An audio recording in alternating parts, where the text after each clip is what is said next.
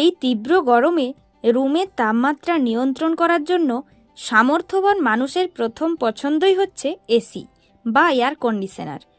এখন এই এসি কেনার পূর্বে কম বেশি সবার মাথাতেই একটি প্রশ্ন ঘুরপাক খায় যে একটি এসি ব্যবহার করলে মাসে কত টাকা বিদ্যুৎ বিল আসে, কোন এসি বিদ্যুৎ সাশ্রয়ী হবে ইত্যাদি।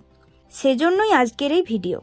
তাই আজকের ভিডিও থেকে বিস্তারিতভাবে জানতে পারবেন 1 টন এসির মাসিক বিদ্যুৎ খরচ কত টাকা আসে। তাই চলুন আর দেরি না করে জেনে নেওয়া যাক।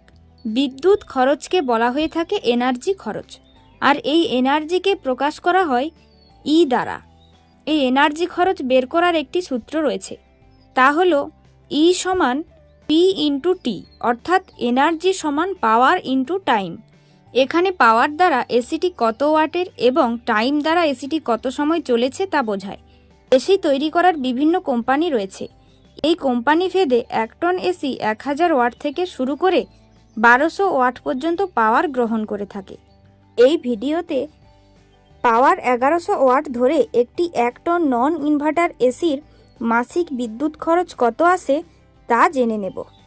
এসির বিদ্যুৎ খরচ বের করার সূত্রটি আগেই বলেছি।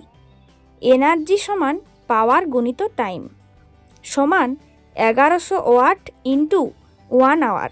ওয়াটকে সময়ের সাথে গুণ করতে হবে। এবার ওয়াট আওয়ারকে কিলোওয়াট আওয়ারে রূপান্তর করতে হবে, আর কিলোওয়াট আওয়ারে রূপান্তর করার জন্য ওয়াট আওয়ারকে 1000 দিয়ে ভাগ করতে হবে। ভাগফল যেটি বেরোবে সেটি হবে 1 ইউনিট।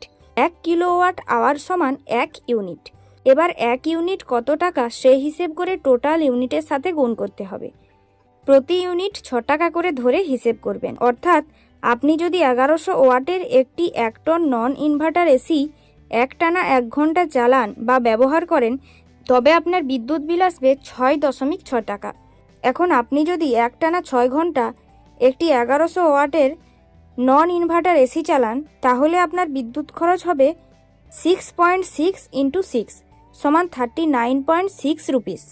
আবার আপনি যদি একটানা 12 ঘন্টা 1100 ওয়াটের একটি নন ইনভার্টার এসি চালান, আপনার বিদ্যুৎ খরচ হবে 6.6 গুণিত 12 সমান 79.2 টাকা।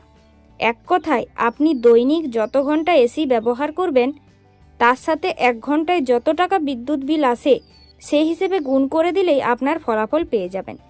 এবার আলোচনা করা যাক যে একটি 1 টন এসির মাসিক বিদ্যুৎ খরচ কত টাকা। ধরে নেওয়া যাক আপনি দৈনিক 12 ঘন্টা এসি ব্যবহার করেন এবং 12 ঘন্টায় আপনার বিদ্যুৎ বিল আসে 79.2 টাকা। যেহেতু 30 দিনে 1 মাস, তাই 30-এর সাথে 79.2 টাকা গুণ করে দিলেই হিসেব বের হয়ে আসবে। যেমন 79.2 ইন্টু 30 সমান 2376 টাকা। সুতরাং 1100 ওয়াটের একটি নন ইনভার্টার এসি 1 মাস ব্যবহার করলে আপনার মাসিক বিদ্যুৎ খরচ হবে 2376 টাকা। এখন আপনি যদি আরও কম সময় অথবা বেশি সময় এসি ব্যবহার করেন, সেই হিসেবে আপনার বিদ্যুৎ খরচও কম বেশি হবে। তাছাড়া ইউনিটের দাম বাড়লেও বিদ্যুৎ বিল বেড়ে যাবে।